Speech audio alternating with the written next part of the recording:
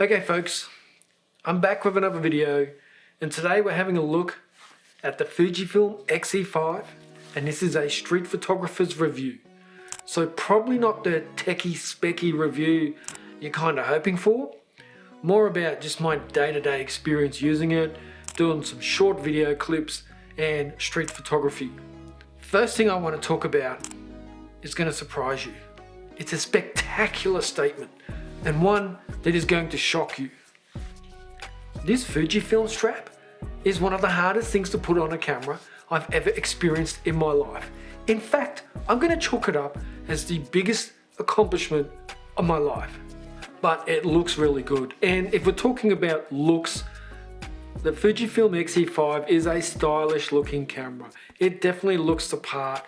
I really do like how I went with the all black version.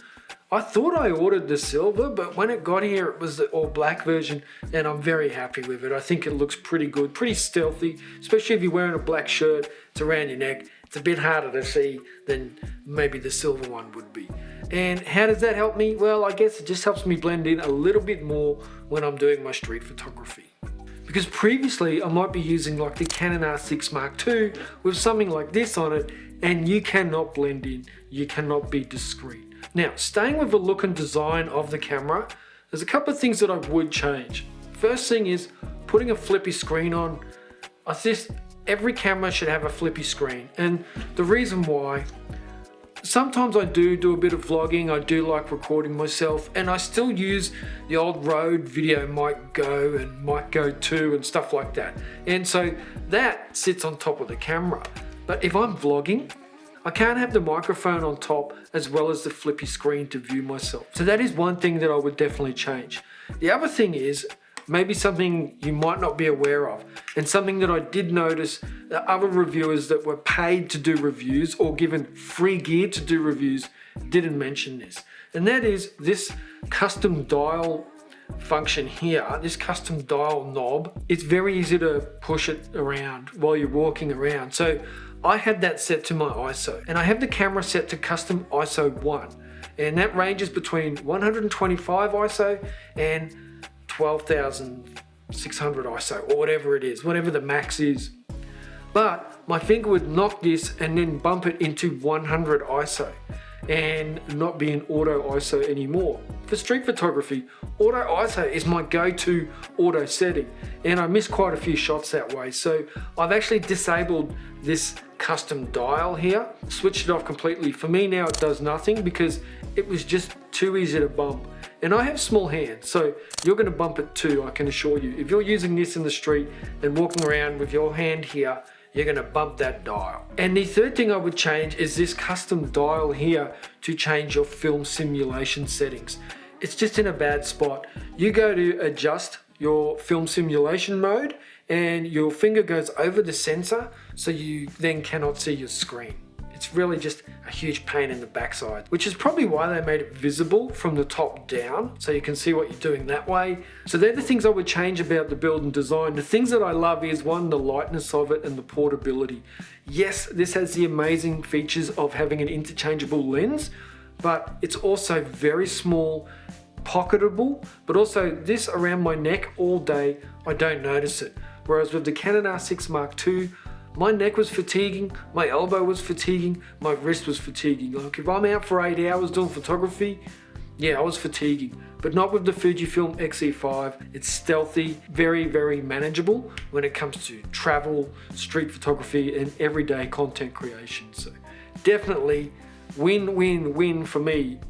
The main reason I got it is for that lightness and that portability. In fact, so much so that I really didn't care too much about anything else. But I do think, luckily for me, it's got a lot more good features as well. Okay, here we are with the Fujifilm X-E5, and this is a autofocus test. And just to show you a comparison, I also have the Canon R50 here, which is a 2.5, 3-year-old device, and half the price of the X-E5. But I don't want to just completely focus on the R50. So let's just go with X-E5. Right now I'm at f2.8. I have an ND filter on because it's really bright outside, and this is probably a good stress test, is f2.8 for autofocus. So I'm just going to walk backwards. Oh, and by the way, I'm recording through the Rode Wireless Pro, but I just have it hanging off the camera because I want to be able to use the flippy screen, which you can't use if you have a mic on. Anyway, let's check it out. Going backwards. Canon, Fuji, which one do you think is coming through with the goods? I've got to say, Fuji looks to be going pretty good. Now, one thing I noticed the other day, I was filming with Canon, having glasses on actually confused it. So let's do one of these. I'll go right in the middle and go backwards. And then I'm going to go like this from side to side and jump out of frame, jump into frame. That's the autofocus.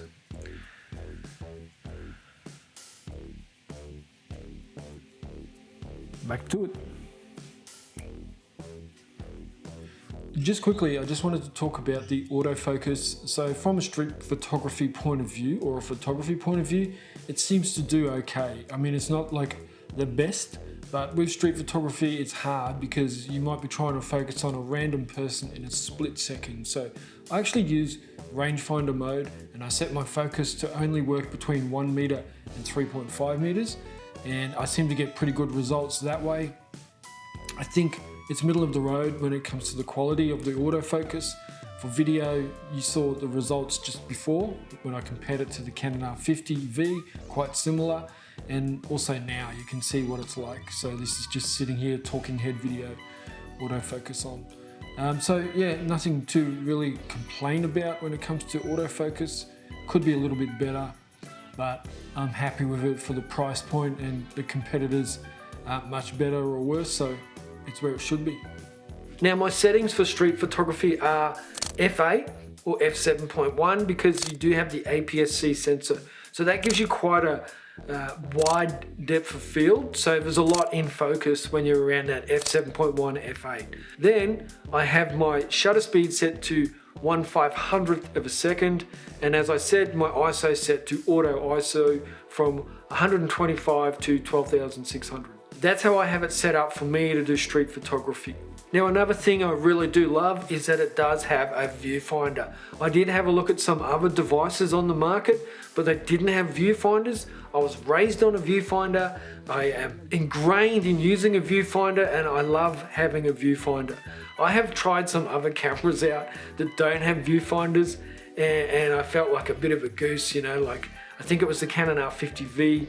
No viewfinder, and I was raising it to my eye to take photos even though it doesn't have a viewfinder.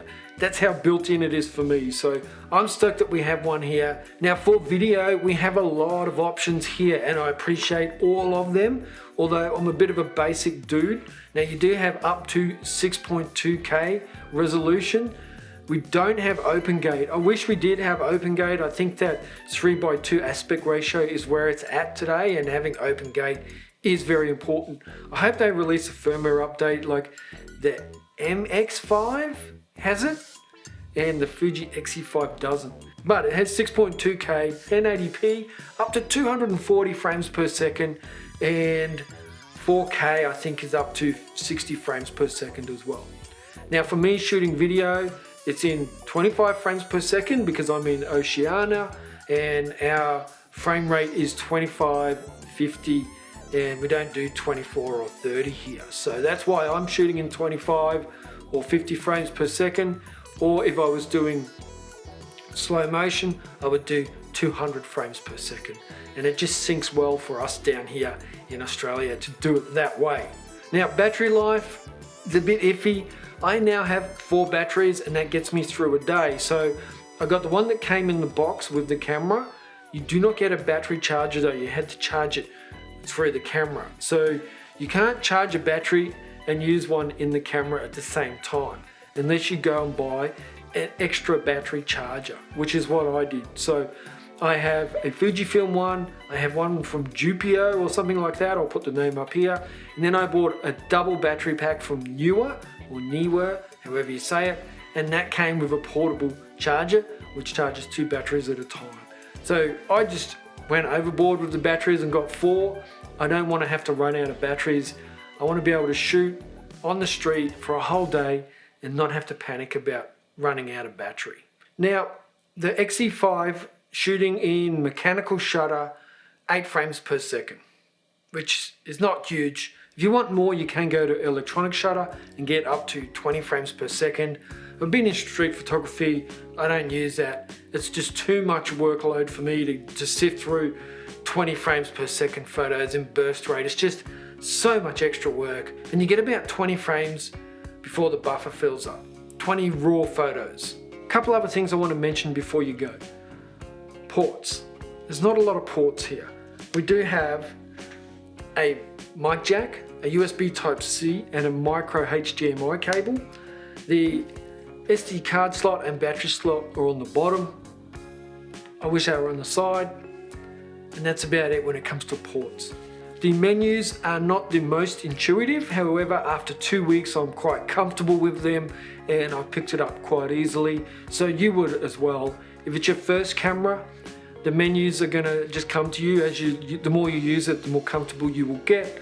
If you're coming from another brand like me, coming from Canon, then yes, definitely it's going to be an adjustment. As I said, after 2 weeks I've grown accustomed to it and it's not a problem. Key takeaways for me: I will never use my Canon R6 Mark II again for street photography. I will only be using the Fujifilm X-E5 for street photography. For video, I will continue to use the Canon R6 Mark II. I have some amazing lenses and it just does a much better job at shooting video. It is a real video shooter. It has optical image stabilization, also the IBIS, C-Log 3. It's just such a better camera for shooting video than the Fujifilm X-E5. However, if I'm just out on the go and I've got this in my hand, I'm still going to press record. I'm still going to use it to capture video as well. But for anything in the studio like this or filming B-roll, it's going to be on the R6 Mark II. So I now have a couple of different go-to cameras. I also have the Canon R50 still. It's still one of my favorite cameras, very small, very light. That's still somewhere around here. My daughter uses it a lot, so does my girlfriend.